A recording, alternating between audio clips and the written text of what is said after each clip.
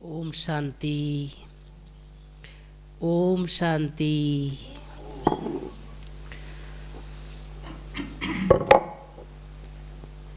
सर्वप्रथम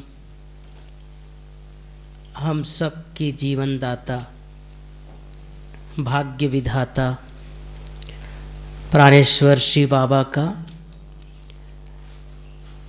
जगत पिता आदि देव ब्रह्मा बाबा, हम सब की अति प्यारी ज्ञान की देवी हंस वाहिनी प्यारी मम्मा, सबको स्मरण करते हुए सबकी उपस्थिति का एहसास करते हुए आज इस कार्यक्रम की शुरुआत करेंगे। जैसे कि कल भी आप सब ने दो भाइयों का अनुभव सुना, कैसे कैसे कहाँ कहाँ से बाबा ने उनको चुना। मैं थोड़ा आप सबसे जानना चाहता हूँ, कल अच्छा लगा सबको अनुभव? कल का अनुभव सबको अच्छा लगा? बहुत अच्छा। तो ऐसे ही वैसे तो सबका अनुभव अनोखा है, आप सबका भी हम सुनने की कई बार इच्छुक रहते हैं, लेकिन चूंकि ये श्रृंखला ज्ञान सुरन निवासियों का, हमारे भाइयों का है, और बहुत खुशी होती है कि आप सब रसिया से आकर के यहाँ बाबा के घर में बाबा के बच्चों का अनुभव सुन रहे हैं। वैसे तो हम सब जानते हैं आप सब भी ओरिजिनली भारतवासी हैं, भारत में ही बहुत जन्म बिताए होंगे, लेकिन सेवा अर्थ बाबा ने आप सबको रसिया भेजा है। बाबा का संदेश आप सब ने सुना होगा, रसिया भी स्वर्ग का पार्ट होगा। एक बार बाबा ने कहा था देवी देवताएं पिकनिक करने रसिया जाएंगे। तो इसलिए आप सब का भी जो यहाँ बैठे हैं बहुत बहुत दिल व जान, सिख व प्रेम से हार्दिक स्वागत है, स्वागत है, स्वागत है। हमारे मध्य हमारे दोनों भाई आदरणीय सुरेश भाई जी, बहुत पुराने बाबा के अनमोल रत्न। आप साउथ इंडिया, दक्षिण भारत, कर्नाटक प्रदेश, बाबा कई बार कर्नाटक को याद करते हैं, कर्नाटक वाले अच्छा नाटक करते हैं, ऐसे बाबा कई बार कहते हैं। तो ऐसे कर्नाटक के हमारे सुरेश भाई, वहाँ पर शिवमोगा एक डिस्ट्रिक्ट का नाम है, वहाँ आपका छोटे से गांव में जन्म हुआ और आपको ईश्वरीय ज्ञान 78 में 1978 लगभग 44 ईयर हो गए आपको बाबा के ज्ञान में। तो बहुत अनुभवी हैं हमारे सुरेश भाई जी। आप लौकिक में बीए किए हुए हैं, योगा प्रैक्टिस, योगा ट्रेनर भी रहे हैं, लौकिक योगासन वगैरह आप कराते थे। वहाँ कर्नाटक में एक स्थान है एल्हापुर, जहाँ हमारे बाबा का बहुत सुंदर सेवाएं चलती है। आप वहाँ पर भी मोरल एजुकेशन के आप प्रिंसिपल प्राचार्य रहे हैं। 98 से आप यहाँ जो ज्ञान सरोवर में सोलार डिपार्टमेंट किचन में, आप सबने देखा होगा किचन के ऊपर सोलार डिपार्टमेंट,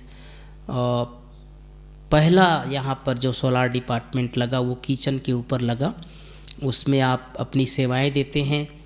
साथ साथ आप गीता का भगवान जो बाबा मुरली में कई बार याद करते हैं, उसके बारे में आप लोगों को सुनाते हैं।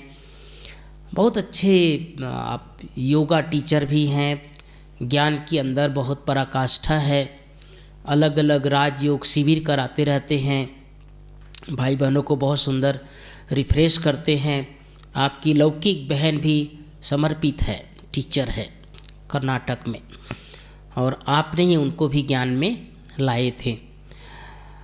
और ख़ास करके हमारे सुरेश भाई सुनाएंगे कि सोलार जब दिखाते हैं लोगों को तो उस समय कैसे लोगों को बाबा का ज्ञान से जोड़ते हैं सोलार डिपार्टमेंट को, वो आप सुनाएंगे। तो ऐसे सुरेश भाई जी का हम एक हाथ की ताली से स्वागत करेंगे, सुरेश भाई जी। और हमारे साथ अनिल भाई, आप सब जब आते हैं ज्ञान सरोवर तो आप अनिल भाई से ही सब सर्वप्रथम मिलते हैं, एकोमोडेशन आप देते हैं। आप भी उत्तर प्रदेश बनारस, बाबा कई बार मुरली में याद करते हैं बनारस को, आप बनारस जोन से, बनारस के पास मऊ एक स्थान है, वहाँ आपको ईश्वरीय ज्ञान मिला। जन्म स्थान आपका बलिया, ये भी बहुत प्रसिद्ध स्थान है उत्तर प्रदेश में। और आप भी ग्रेजुएट हैं, 91 में आप बाबा के ज्ञान में आए और 96 से आप यहाँ ज्ञान सरोवर में समर्पित रूप से अपनी सेवा दे रहे हैं। आप सब जानते हैं यहाँ शुरुआत में किसी को भी डायरेक्ट कोई डिपार्टमेंट नहीं मिलता। शुरुआत में दादी जी अलग अलग विभागों में सेवा करवाती थी, तो ऐसे कई विभागों में सेवा दिया आपने, लेकिन वर्तमान समय आप यहाँ का पूरा एकोमोडेशन अच्छी तरह से संभालते हैं। और बहुत ही, जैसे अभिराम भाई जी ने बताया, सरल चित्त, योग युक्त स्थिति बहुत अच्छी। अमृत बेला रेगुलर यहाँ पर 12 मास आप अमृत बेला मेडिटेशन कराते हैं भाई बहनों को। तो इस तरह से आप ऐसे कई विशेषताओं के आप धनी हैं। तो अनिल भाई का भी हम एक हाथ की ताली से स्वागत करेंगे। तो सर्वप्रथम मैं, जैसे कि इस अनुभव श्रृंखला में हम जानने का और सुनने का प्रयास कर रहे हैं, कैसा था हमारा जीवन, ज्ञान में आने से पहले का जीवन कैसे था, क्या हमारी रुचि थी, किस तरह का परिवार था, किस तरह के संस्कार थे और ईश्वरीय ज्ञान कैसे मिला। तो मैं सुरेश भाई जी से जानना चाहता हूँ, आपका बाल्यकाल, बचपन, हम आपको आपकी बचपन की ओर ले जाना चाहते हैं। कैसा था आपका बचपन, क्या रुचि थी, किस तरह का माहौल था, क्या आदतें थी, वो हमारे रसिया के भाई बहनों को सुनाएंगे। सुरेश भाई। ओम शांति।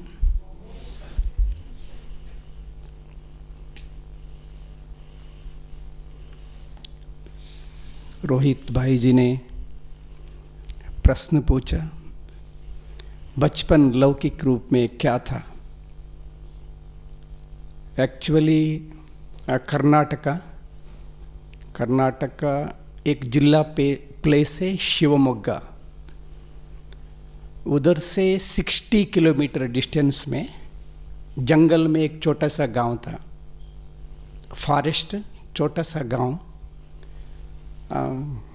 उसमें मेरा जन्म हुआ।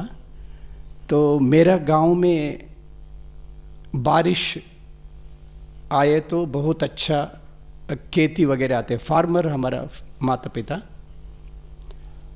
तो बारिश अच्छा नहीं हुआ तो खेती अच्छा नहीं होता, उस समय बहुत तकलीफ हो जाता है जी खाने वगैरह के लिए। तो हम 8वीं पढ़ता था, 8th क्लास में पढ़ता था। उस समय उस वर्ष बारिश नहीं आया, उसके कारण घर में बहुत प्रॉब्लम आ गया। तो मैं घर में बड़ा बच्चा था, तो उस समय मेरा 13 साल का उम्र था, 13 ईयर्स।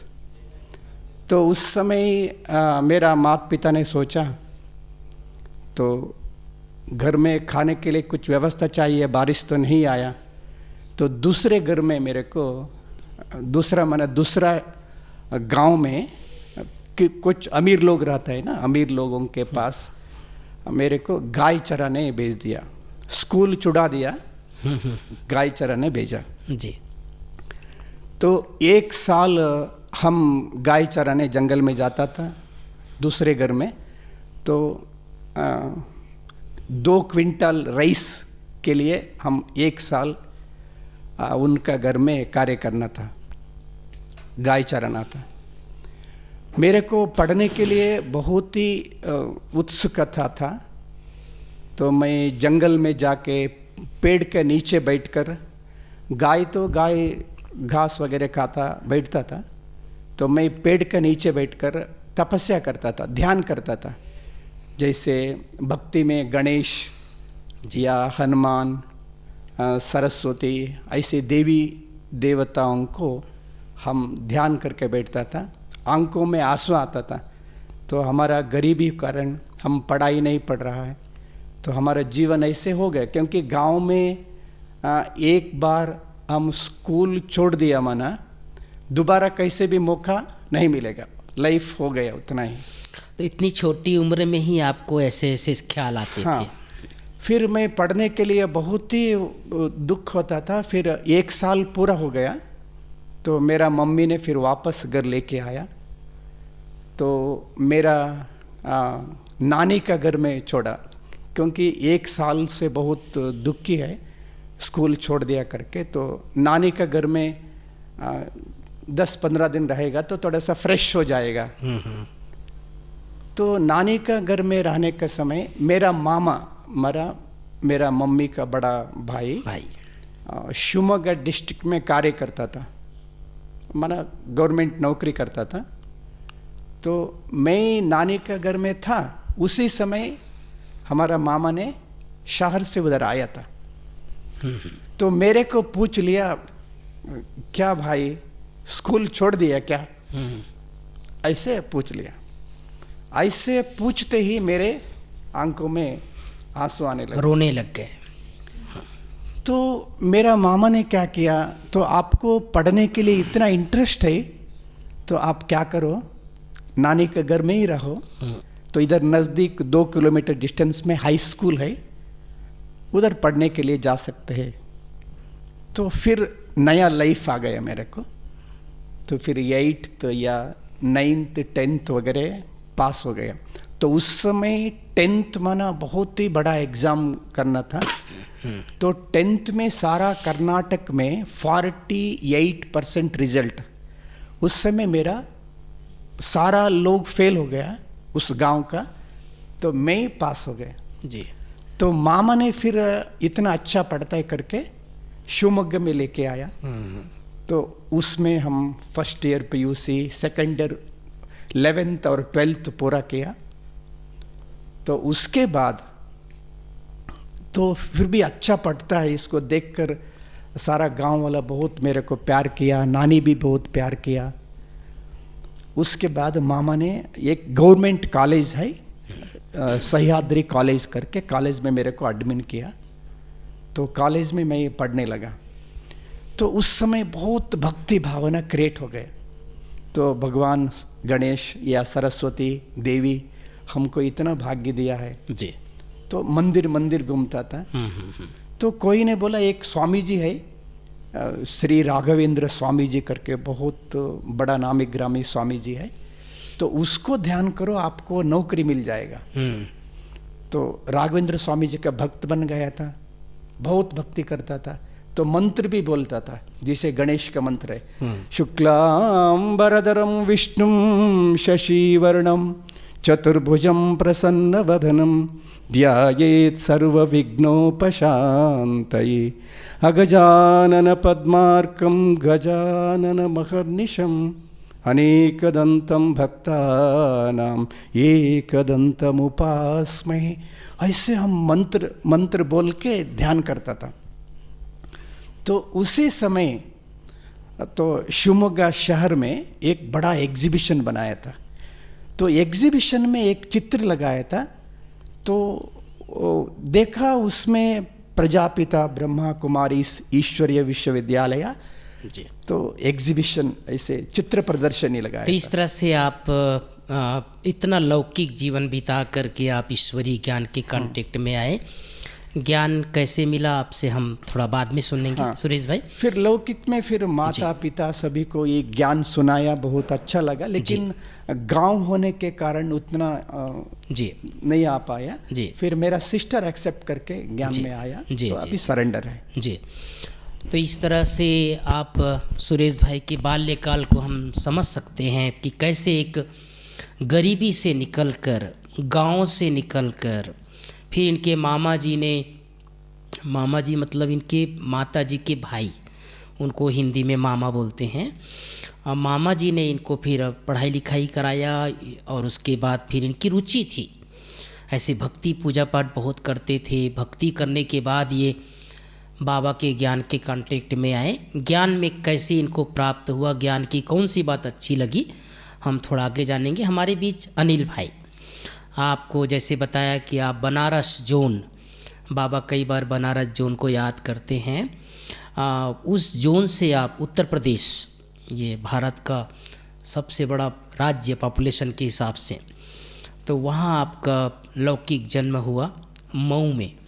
तो कैसे आपका बचपन, अनिल भाई आपसे जानना चाहेंगे, किस तरह का परिवार था, आप लौकिक में कितने भाई बहन हैं, और क्या रुचि थी आपकी बाबा के ज्ञान में आने से पहले, परिवार का कैसे आपका भरण पोषण चलता था, माता पिता का क्या रोल था, वो आप हमारे भाई बहनों को सुनाएंगे अनिल भाई।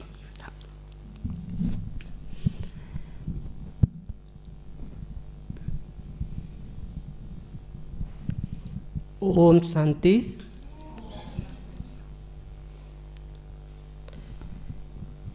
हमारा बाल्यकाल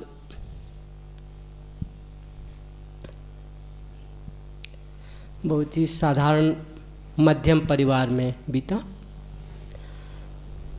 लेकिन हमारा लौकिक परिवार पूरी तरह से धार्मिक था और कोई नशा या कोई भी व्यसन नहीं था हमारे परिवार में, और हमेशा वहाँ प्रवचन आदि चलता रहता था। तो इसके कारण बचपन से ही मेरा खिंचाव, मेरा आकर्षण भगवान की तरफ हो गया, और बचपन से ही एक मेरी खोज रहने लगी कि भगवान कौन है, कहाँ रहते हैं।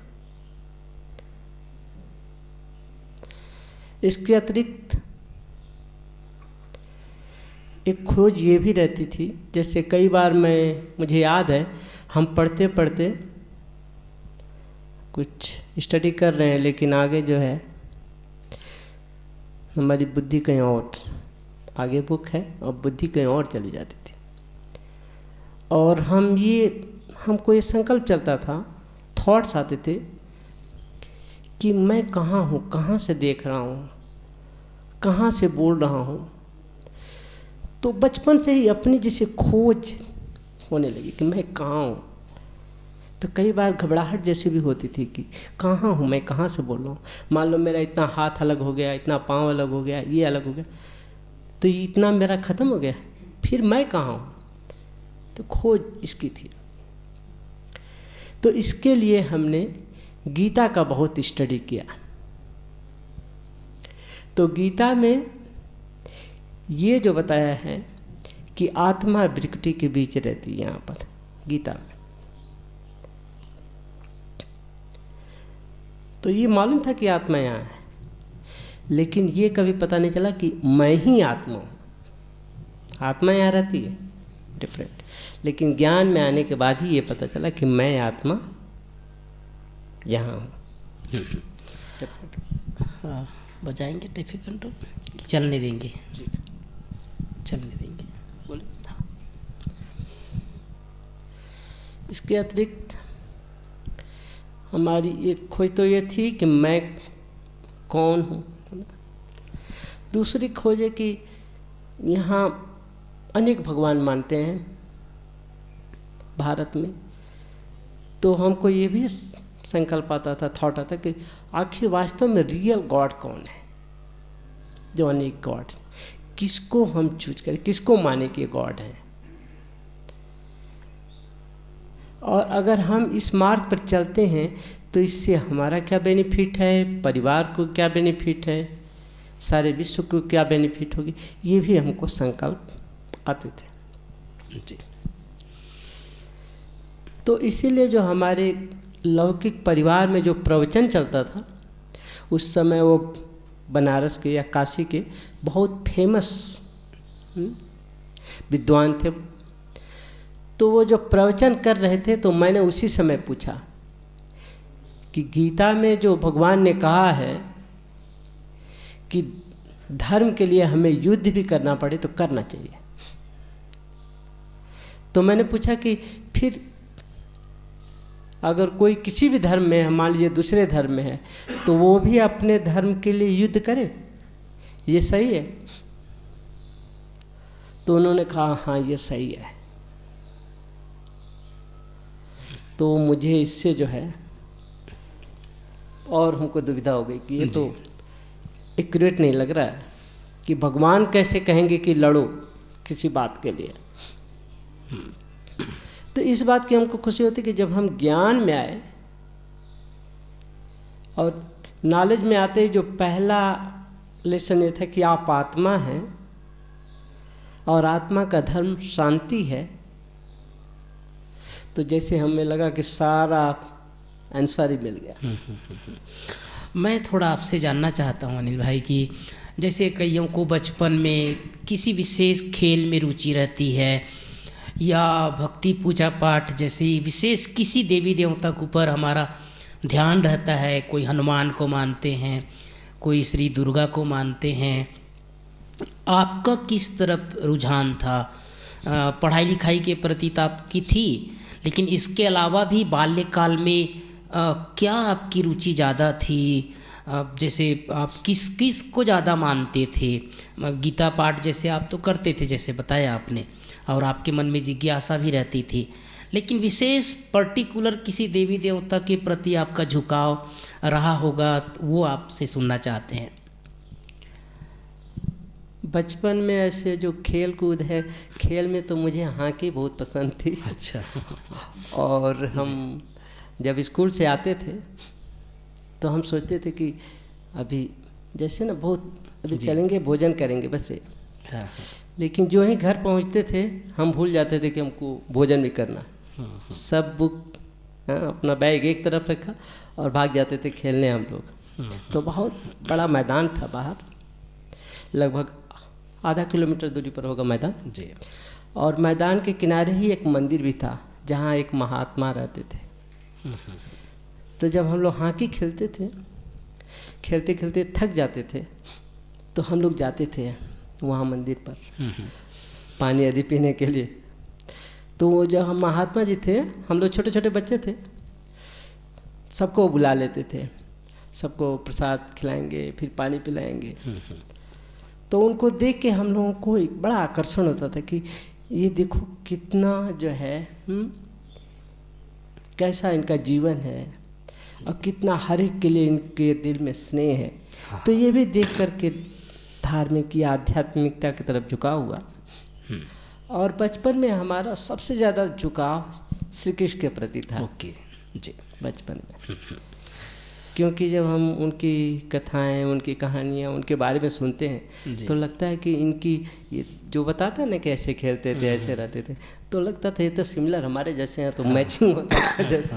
बहुत अच्छा लगता था कि हाँ ऐसा इनके साथ तो हम बहुत ईजिली रह सकते हैं। जी जी जी। वैसे भी आप सब जानते हैं भारत में जो विशेषकर श्री कृष्ण का जन्म स्थान वो भी उत्तर प्रदेश दिखाते हैं और श्री राम जी का जन्म स्थान भी उत्तर प्रदेश दिखाते हैं। तो भक्ति पूजा पाठ पूरे भारत में ही होता है, विशेषकर उत्तर प्रदेश में तो होता ही है, लेकिन कर्नाटक तरफ जैसे सुरेश भाई का जहाँ जिस तरफ जन्म हुआ है उस तरफ शिव को ज़्यादा मानते हैं। तो ऐसे अलग अलग रुचियाँ भारत में रहती है। आगे आपसे जानेंगे अनिल भाई कि कैसे आपको ईश्वरीय ज्ञान प्राप्त हुआ।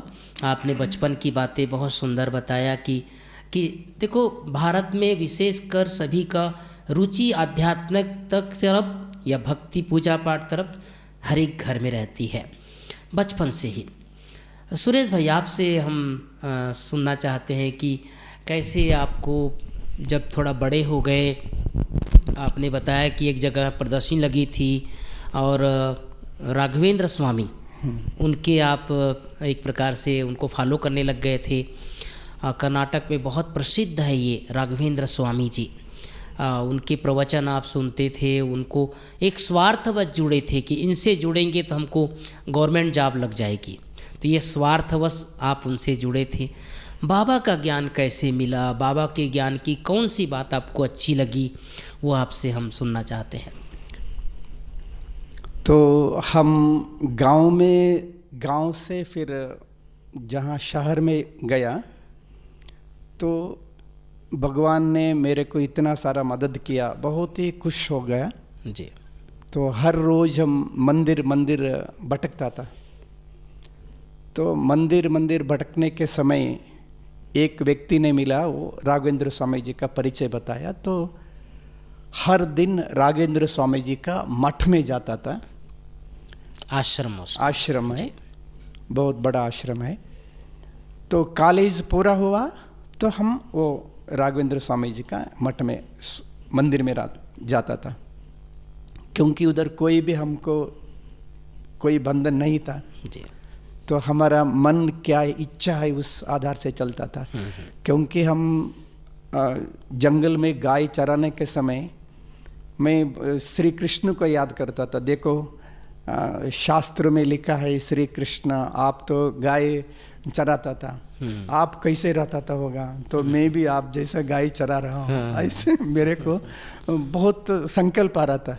लेकिन आप तो इतना महान बन गए तो मैं गाय चराते रहूँगा क्या मेरा जीवन, ऐसे उनको बात करता था, पूछता अपने आप बात करता। हाँ, ऐसे उधर शिवमोगा शहर में आने के बाद तो श्री कृष्ण का मंदिर, राम का मंदिर, हनुमान का मंदिर, सभी मंदिर में जाता था। क्योंकि एक मंदिर में जाएंगे तो दूसरा मंदिर वाला हमको ये नहीं सोचा, गलती नहीं सोचा, मेरे पास नहीं आया करके, इसको नज़दीक में क्या क्या मंदिर है तो पूरा राउंड करता था।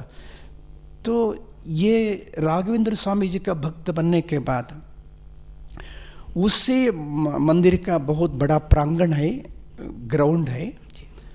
तो ग्राउंड में एक महास्वामी जी था, वो माते महादेवी के महामंडलेश्वर बोलता है ना, उस जैसा महास्वामी जी।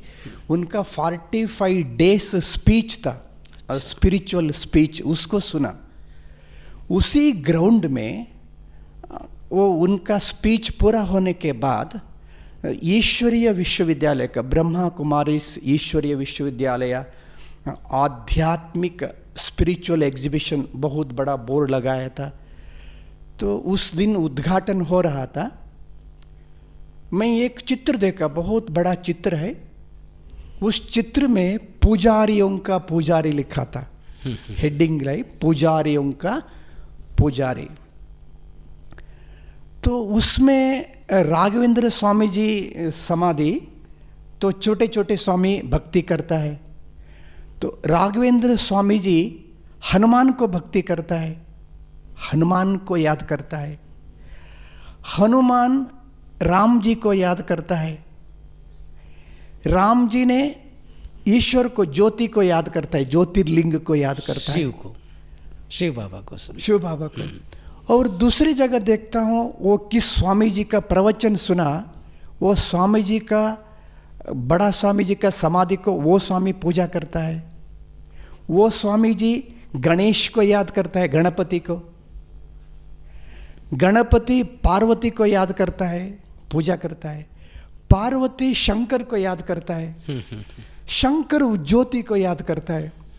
तो हम इस ज्ञान में आ जाएंगे ना, तो सब लोग एक साथ मिल जाएगा, ऐसे मन में एक सोच आ गया, संकल्प आया। तो 15/12/1978 थर्सडे इवनिंग 6 o'clock शिवमोगा में शिव का बच्चा बनकर जन्म हुआ। जी, तो इस तरह से आपको ईश्वरीय ज्ञान वहाँ पर समझ में आया।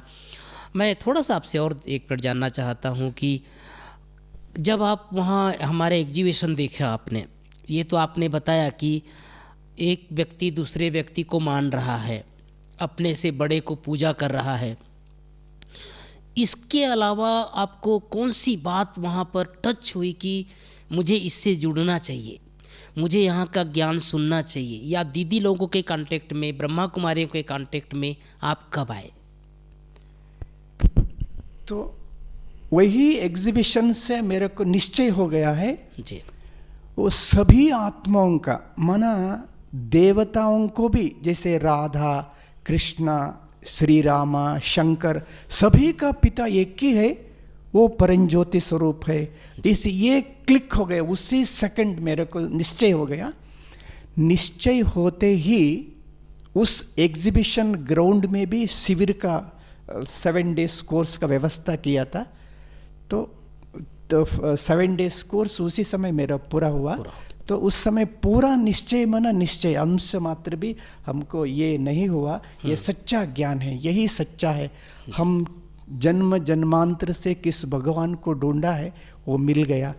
तो ये ज्ञान मिलने के बाद इतना नशा चढ़ा, इतना नशा चढ़ा, कोई भी आवे, कॉलेज में भी हम सबको बैड्ज पहन के जाता था, सबको लोग पूछा कि ये क्या है भाई, तो आत्मा क्या है, परमात्मा क्या है, भगवान इस धरा पर आ चुका है, हम सबका पिता है, ऐसे बोलता था।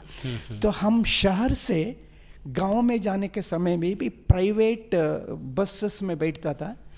तो बस में 2 सीट रहता था, एक सीट में बैठकर हम प्रदर्शनी पुस्तक है ना, पुस्तक ओपन करके बैठता था। वो कोई भी साइड पे दूसरा लोग बैठता था ना, वो बैठ के देखता, भाई क्या है, बोला तो चालू, ज्ञान क्या सुनाते है, थे। परमात्मा क्या है, सृष्टि क्या है, ज्ञान क्या है, ऐसे नशा से बोलता था।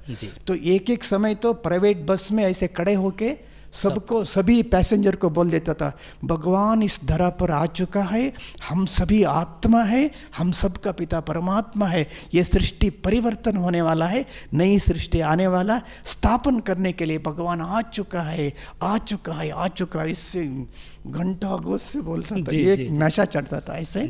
तो सर्विस में बहुत ही मज़ा आया।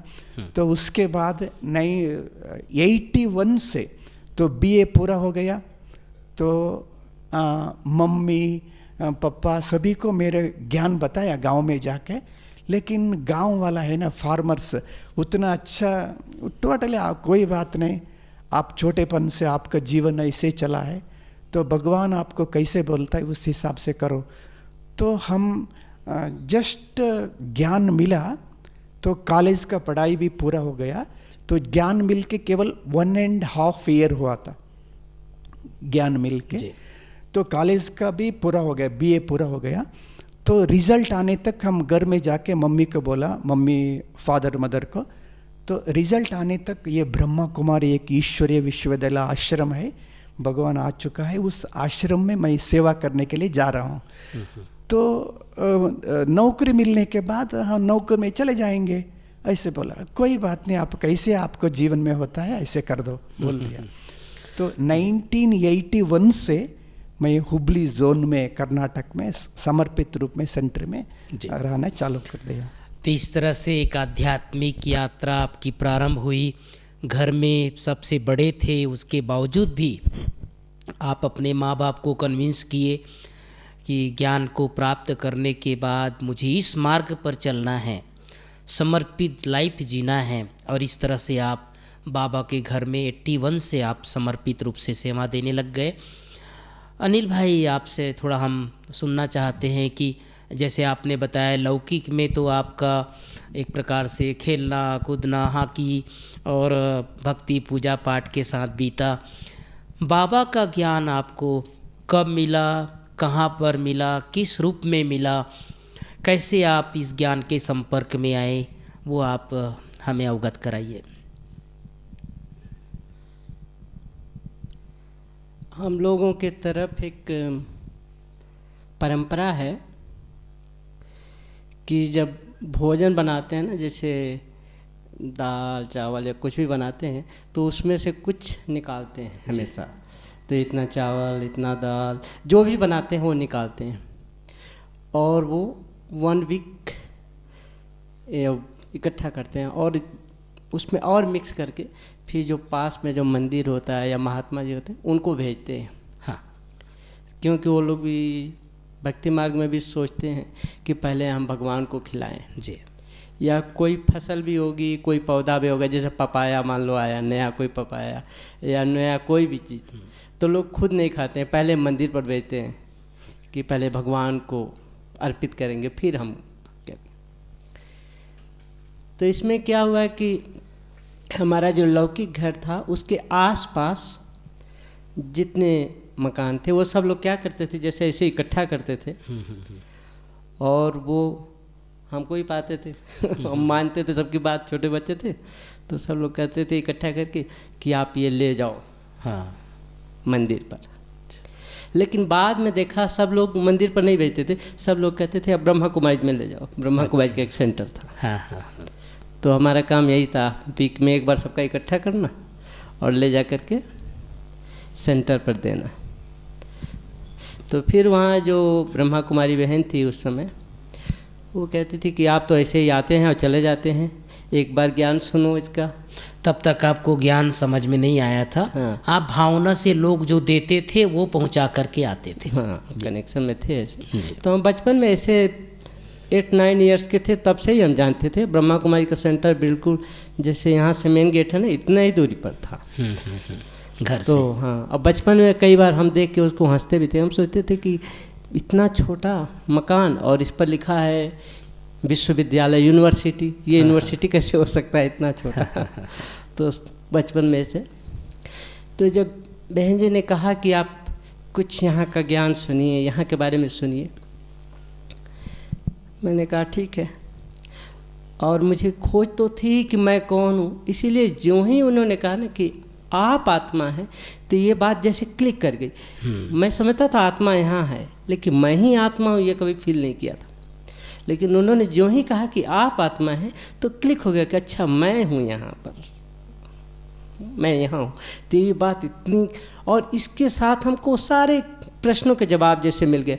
जैसे उन्होंने कहा आपका धर्म शांति है, तो मैंने कहा जो हम पूछते थे प्रवचन में कि अपने धर्म के लिए लड़ना चाहिए, युद्ध करना चाहिए, तो मैंने कहा वास्तव में जो हमारा धर्म है शांति, इससे हमें कॉम्प्रोमाइज़ नहीं करना है। कोई भी सिचुएशन है हमें पीसफुल रहना है साथ। तो इतना ये समझ में आ गई बात। और फिर परमात्मा शिव हैं। पहले हम श्री कृष्ण को मानते थे लेकिन परमात्मा शिव के तरफ भी झुकाव था, क्योंकि हमने पढ़ा जैसे उसमें दिया है यहाँ जो और भी रिलीजियस बुक्स हैं उसमें कि जैसे उसमें कहते हैं कि शिव द्रोही मम भगत कहावा सो सपने मोह नहीं पाओ। राम के लिए या श्री कृष्ण के लिए कि जो शिव की उपासना नहीं करता है वो हमें कभी नहीं पा सकता है। तो इससे भी हमें पहले से ही थोड़ा टचिंग होने लगी थी कि जो गॉड है वो परमात्मा शिव ही हो सकते हैं। जी। तो आपने सेंटर पर जाकर के 7 दिन का कोर्स कंप्लीट किया। जी। तो मैं आपसे थोड़ा जानना चाहता हूँ अनिल भाई, आप जब ईश्वरीय ज्ञान में समझ में आया तो आपके परिवार से कोई जुड़े थे कि आप पहले जुड़े? घर से, परिवार से आपके? मेरे परिवार से मेरी नानी, हाँ, और मेरी लौकिक माँ, अच्छा, वो लोग सेंटर पर जाते थे। अच्छा, हाँ हाँ। लेकिन मैं सोचता था शायद बहनों का ही संस्था है, जी जी जी। तो हम इसलिए नहीं जाते। तो आप कभी मना स्टडी लाइफ में ही आप बाबा के बन गए, छोटी उम्र में ही आपको बाबा का परिचय मिल गया। फिर जैसे आप क्या मेडिटेशन करना सीख गए या फिर ईश्वरीय ज्ञान की बातें समझ में आ गई, रोज़ मुरली सुनने लग गए कि कभी कभी जाते थे? क्या हुआ था उसके बाद, ज्ञान लेने के बाद? ज्ञान लेने के बाद ही हम लोग, अभी यहाँ मधुबन में भी कई भाई समर्पित हैं हमारे साथ, हम सभी कुमार थे। हाँ। तो हम लोग डेली मतलब वीक में एक बार हम लोग सभी एक साथ निकल जाते थे ग्रुप में। अच्छा। और कहीं प्रदर्शनी करते थे, कहीं कुछ करते थे, सेवा के लिए। हाँ, सेवा इस तरह से करते थे। इसके अतिरिक्त जब हमको जो ही निश्चय हुआ उसी समय से हम रेगुलर हो गया। हमारे यहाँ से सेंटर लगभग 6-7 किलोमीटर था। जी। लेकिन हम लोग 5:30 सेंटर पर पहुंच जाते थे एवरीडे, और मुरली आदि सुनना, इसके बाद सेवाएं करना जी। हम लोग रेगुलर है। उसके बाद तो कुछ लोग जीवन में बहुत भाग्यशाली होते हैं जिन्हें ईश्वरीय ज्ञान में चलना बहुत सहज रहता है, और ख़ास करके कोई विघन नहीं आता है। कईयों के जीवन में बहुत विघन आते हैं, भारत में विशेष कई प्रथाएं होती है, समाज की तरफ से विघन आते हैं। मैं सुरेश भाई आपसे थोड़ा जानना चाहता हूं कि जब आप इसमें मार्ग में चलने लग गए, जैसे आपने बताया कि आप गाय चराते थे, श्री कृष्ण का तुलना अपने से करते थे, वो भी तो गाय चराते थे। हम सब ब्रह्मा बाबा के लिए भी सुनते हैं, ब्रह्मा बाबा भी बचपन में गाय चराते थे। गांव का छोरा, कई बार ये शब्द आप सबने सुना होगा ब्रह्मा बाबा के लिए। ऐसे ही आप भी वहाँ गांव के एक प्रकार से छोरा ही थे। अब बाबा का ज्ञान मिल गया, माँ बाप के तरफ से जैसे आपने बताया ज़्यादा विरोध नहीं हुआ, आपको सहज भेज दिया। समाज के तरफ से, आपके रिश्तेदारों के तरफ से इस ईश्वरीय ज्ञान में चलने के लिए कोई विरोध हुआ, कोई संघर्ष का सामना करना पड़ा? एक्चुअली हम बचपन से ही हम गांव छोड़ दिया, क्योंकि 8वीं माना 13 साल से हम गांव छोड़ दिया ना जी। इसके कारण उतना ज़्यादा रिलेशंस के तरफ भी मेरा कनेक्शन नहीं है, कोई भी विरोध नहीं आया।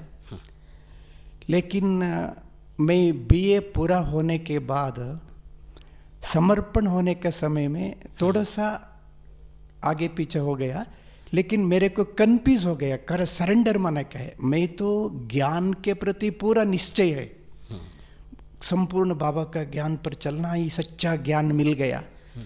लेकिन एक बार क्या हुआ था, हुबली जोन माना कर्नाटक में एक जोन प्लेस है, उसका इंचार्ज बसवराज बाई जी करके बहुत बड़ा व्यक्ति है, जोन इंचार्ज है। तो उन्होंने एक हमारे शिवमोगा डिस्ट्रिक्ट प्लेस में एक नया सेंटर खोला, उसका उद्घाटन करने के लिए आया था। हम शिवमोगा सेंटर से सभी लोग उधर उद्घाटन करने के लिए हम भी गया था। तो बसवराज भाई जी ने मेरे को पूछा, आप क्या करते हैं भाई? तो मैंने बोला, तो बीए तो पढ़ाई पूरा हो गया, रिजल्ट आने तक हम रिजल्ट आने के बाद नौकरी करेंगे। तो उन्होंने बोला, अरे नौकरी क्यों करते हैं, आप तो कुमार जीवन है, सरेंडर हो जाओ, सरेंडर हो जाओ। सरेंडर हो जाएंगे ना तो आपका जीवन धन्य हो जाता है। तब तक मेरे को सरेंडर माना क्या है मालूम नहीं था, लेकिन उसी दिन वो सरेंडर हो जाओ करके बोल के वो चले गया। लेकिन मन में बहुत विचार चला, सरेंडर माना क्या है, कैसे सरेंडर, सरेंडर किसे कहा जाता है। तो हम आके, हम और मेरा एक दूसरा भाई था, वो भी नौकरी करता था, दोनों बाबा का ज्ञान में था, दोनों मिलकर एक रूम बनाया था, रूम में हम रहता था। तो रूम में रहने के समय कोई भी हम भोजन पकावे तो हमारा हाथ से कभी भी हम बाबा का ज्ञान मिलते ही इतना पक्का नेम फॉलो किया, हर रोज हर टाइम का हम बाबा को भोग लगाता था। ओके। छोटा सा रूम है, रूम में बेडशीट बांध के छोटा सा बाबा रूम बनाया था जी। उस बाबा के रूम पे बैठकर हम भोग लगाता था, ध्यान करता, बाबा को याद करता था। उस दिन मेरे को संकल्प आया, बाबा सरेंडर हो जाओ बोला है वो बड़ा भाई, हम कैसे सरेंडर, सरेंडर माना क्या है, मेरा लाइफ का डिसाइड आप करना है, आपका हाथ में है, मैं क्या करना मेरे को समझ में नहीं आ रहा है, कंफ्यूज हो रहा है। मैं बाबा को याद करके बैठा तो करीब 2:30 मेरे को एक रोशनी जैसा आ गया। तो बच्चे सरेंडर हो जाओ, सरेंडर हो जाओ।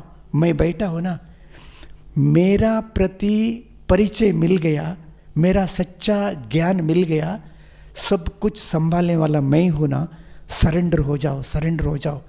उसी दिन से मैं बहुत, मेरा कंफ्यूज पूरा क्लियर हो गया। तो जल्दी जल्दी सवेरे सवेरे सेंटर पे जाकर दीदी को बोला, दीदी मैं सरेंडर हो जाऊंगा, सरेंडर हो जाऊंगा, बसवराज भाई जी को फ़ोन करके बता देना। तो उन्होंने बसवराज भाई जी को बता दिया। तो मेरा सेंटर से कुमार संस्था में सरेंडर हो जाता है, तो उन लोगों को भी बहुत खुश हो गया। तो उसी दिन से सरेंडर हो गया। तो उसके बाद कोई भी हमारा गांव से या परिवार से, संबंधी लोगों से कोई भी बंधन मेरे को नहीं है, केवल एकदम फ्री हो गया। हाँ हाँ हाँ।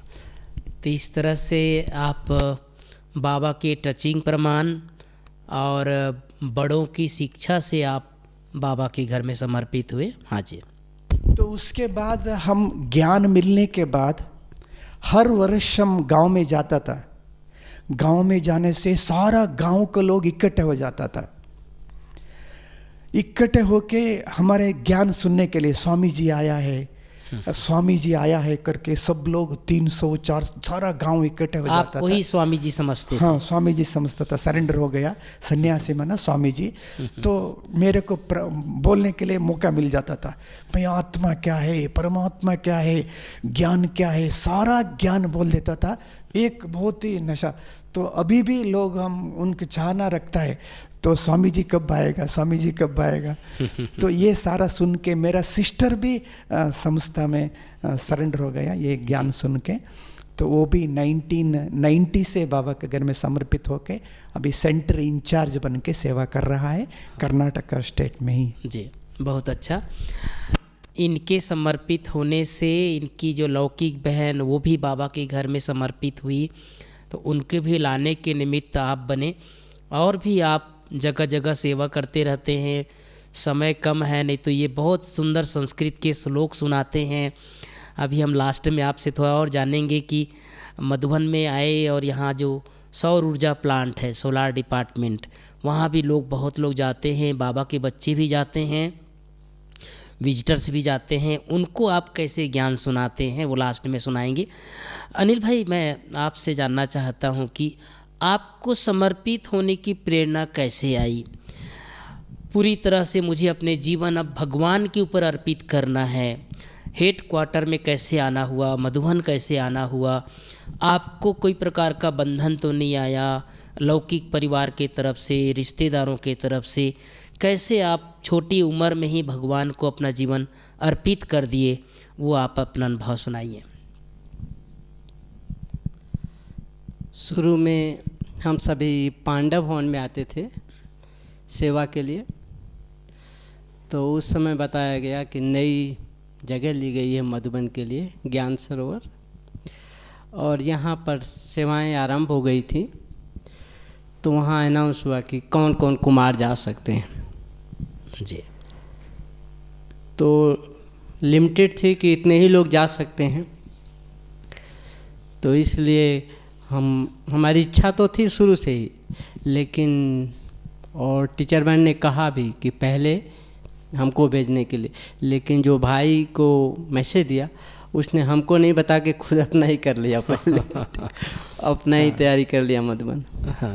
तो इसलिए हम उस समय तो नहीं आए, थोड़ा हमको बाद में आना हुआ।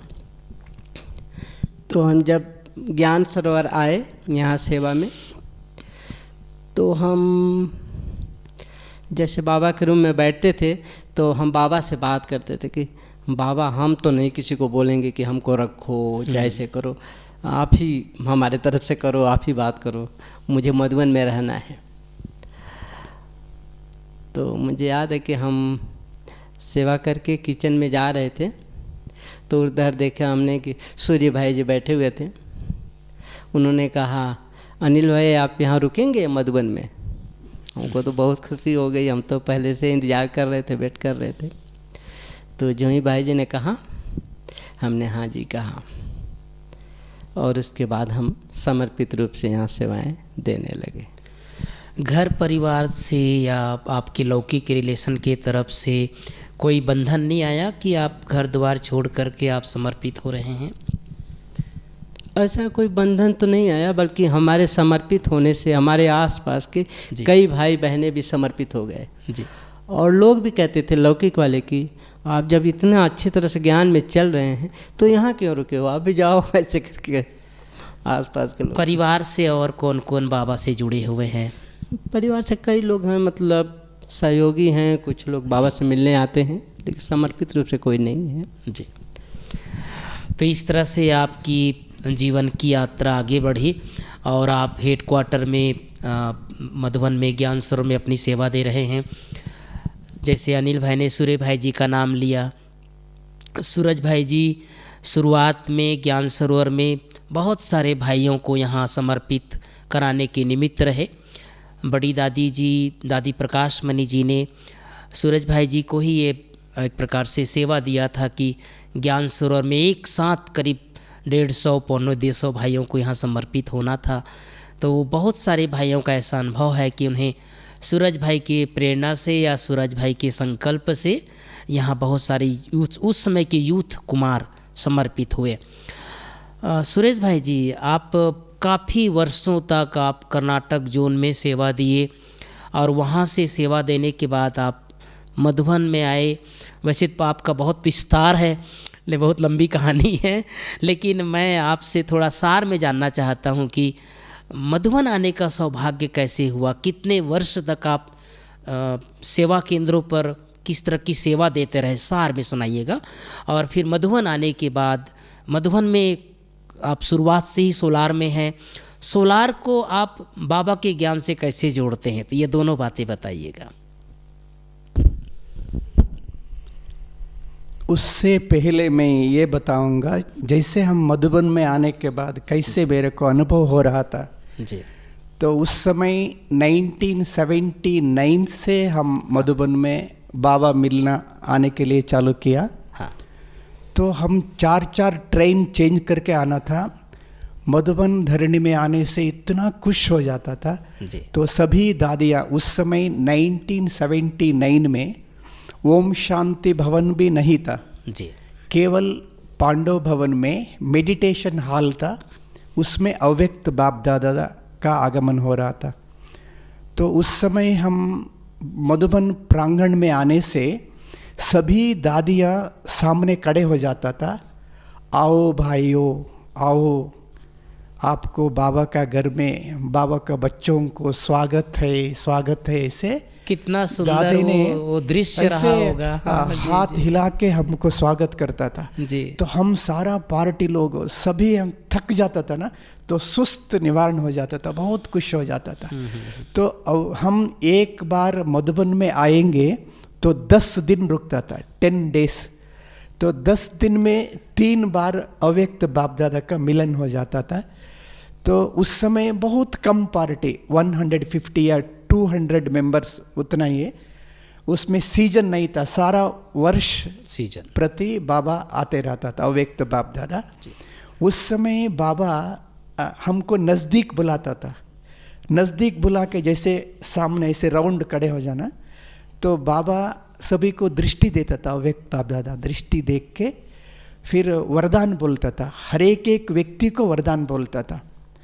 शाम को 6 बजे बाबा आया तो सवेरे 5 बजे 6 बजे तक सारा रात एक बच्चों को भी दृष्टि देता था, एक बच्चों को भी वरदान बोलता था, एक बच्चों को भी मुंह में टोरी डालता था। तो पहला मिलन के समय में बाबा ऐसे हमको इतना खुशी, उसको हम कंट्रोल नहीं कर पाता था जी।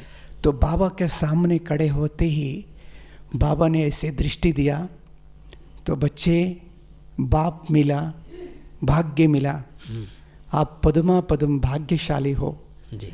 लॉटरी मिलने से क्या बन जाता है, तो बाप मिला तो भाग्य मिला, ऐसे बाबा ने वरदान दिया। ऐसे टोली लेके बाबा ने मुंह में डाला। ऐसे 1979 से 1986 तक हर वर्ष हम 2 बार मधुबन में आता था, क्योंकि उस समय हम सभी कुमार लोगों को बहुत अच्छा चांस मिलता था। तो लगेज उठाना है, ट्रेन टू ट्रेन चेंज करना है, ऐसे कुमार लोगों को उन्होंने खुद पैसा लेके टीचर बहनों ने हमको लेके आता था, सेवार्थ तो बहुत लाते अच्छा थे। चांस हाँ, मिला। जी। तो उसके बाद हम माउंट आबू में समर्पित होने का बहुत अच्छा चांस मिला। तो दादी प्रकाश मणि जी ने 1998 में बाबा मिलने आने के समय में सूरज भाई जी को परिचय बताया मेरा, क्योंकि उस समय हिंदी इतना अच्छा नहीं आता था। फिर उसके बाद दादी जी को परिचय करवाया।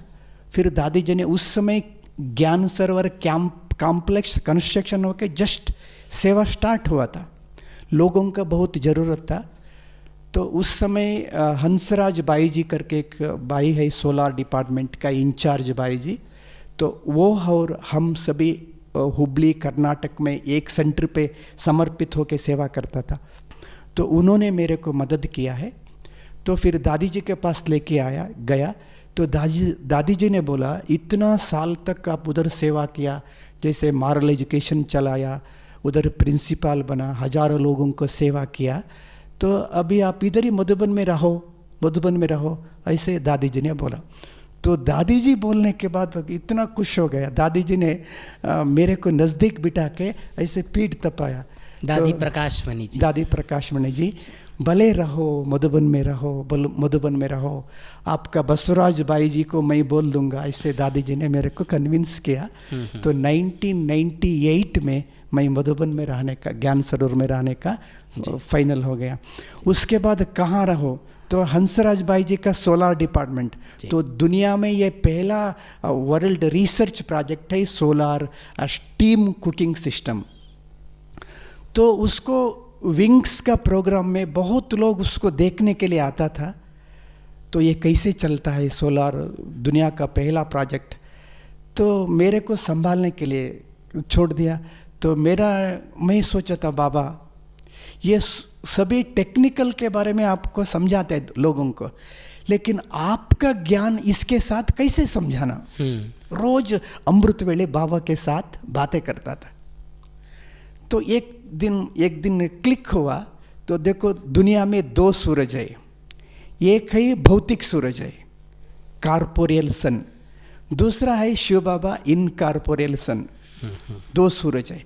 तो भौतिक सूरज से शक्ति प्राप्त करने के लिए सोलर डिश को सूरज के तरफ कंसंट्रेशन करना पड़ता। तो डिश को एकाग्र करेंगे तो सूरज से हमको एनर्जी मिलता है। ऐसे भगवान ज्ञान सूरज है, हम सभी इधर रहकर उनको एकाग्र करेंगे तो उनसे हमको शक्ति मिलता है। अभी डिश के ऊपर हम मिरर सेट किया, माना सेल्फ रिफ्लेक्टिंग मटेरियल। तो मिरर को सूरज के सामने रखेंगे तो एनर्जी मिलता है, मिरर के बदले प्लेवुड लगाएंगे तो शक्ति नहीं मिलेगा। ऐसे स्वयं को भी आत्मा समझकर, भगवान को भी पहचान कर, दुनिया में किसी भी फील्ड में रहते उनके साथ एकाग्र करेंगे तो उनसे हमको शक्ति मिलता है। तो भौतिक सूरज से भौतिक शक्ति, भगवान से आध्यात्मिक शक्ति। तो विज्ञान और आध्यात्म, साइंस और स्पिरिचुअलिटी दोनों साथ साथ इस विश्वविद्यालय में चलता है। तो उधर एक प्रैक्टिकल समझाते हैं, पेपर लगाएंगे तो पेपर बर्न्ट हो जाता है, ऐसे हम भी इधर स्थूल पेपर जल जाता है। तो हम आत्मा समझकर बाबा को याद करेंगे तो आत्मा के अंदर क्या पाप है वो भस्म हो जाता है, आत्मा प्योर हो जाता है। ऐसे दोनों का कॉम्बिनेशन। और तो डिश माना ज्ञान है, कंसंट्रेशन पॉइंट माना योग है, तो स्टीम माना धारणा है, माना टैंक में स्टीम एक्यूमुलेशन हो जाता है, कलेक्ट हो जाता है, उसको धारणा, उसको यूज करेंगे तो सेवा। 4 सब्जेक्ट है। तो ये सूरज का भी 4 सब्जेक्ट है शिव बाबा का, और ज्ञान ये स्थूल सूरज का भी 4 सब्जेक्ट, ज्ञान योग धारणा। डिश माना ज्ञान है, कंसंट्रेशन पॉइंट माना योग है जी, और स्टीम स्टॉक माना धारणा है, उसको छोड़ेंगे तो भोजन पकाने का सेवा। ऐसे इसमें 4 सब्जेक्ट है। ऐसे अलग अलग तरीके से बाबा का ज्ञान इसके साथ साथ समझाने का तरीका स्वयं बाबा ने सिखाया है जी। तो लोग बहुत खुश हो जाता है जी, बहुत बड़े बड़े लोग भी आता है। तो 5 मिनट में प्रैक्टिकल एग्जाम्पल के द्वारा बाबा का परिचय मिल जाता है। आप सबने सोलार देखा है? सबने देखा है सोलार डिपार्टमेंट? देखा है। अगर नहीं देखे हो तो मॉर्निंग में ब्रेकफास्ट के बाद आप जा सकते हैं, बहुत अच्छी तरह से आप सुरेश भाई वहाँ समझाते हैं, गाइड करते हैं। जो अभी आप को बता रहे हैं वैसे ही सेम बताते हैं।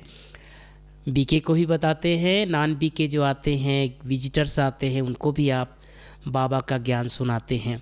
तो ऐसे सुरेश भाई ने बहुत अच्छी तरह से अपने जीवन के अनुभव सुनाए।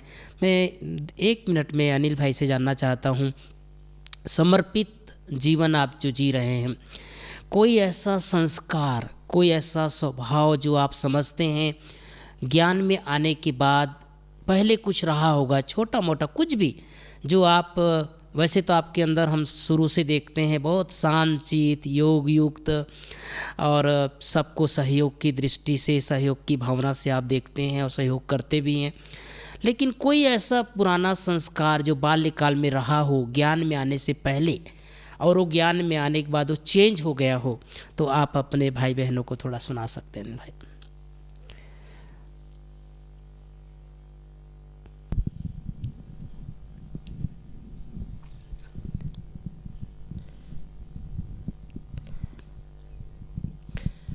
हम जब यहाँ समर्पित रूप से सेवाएं देने लगे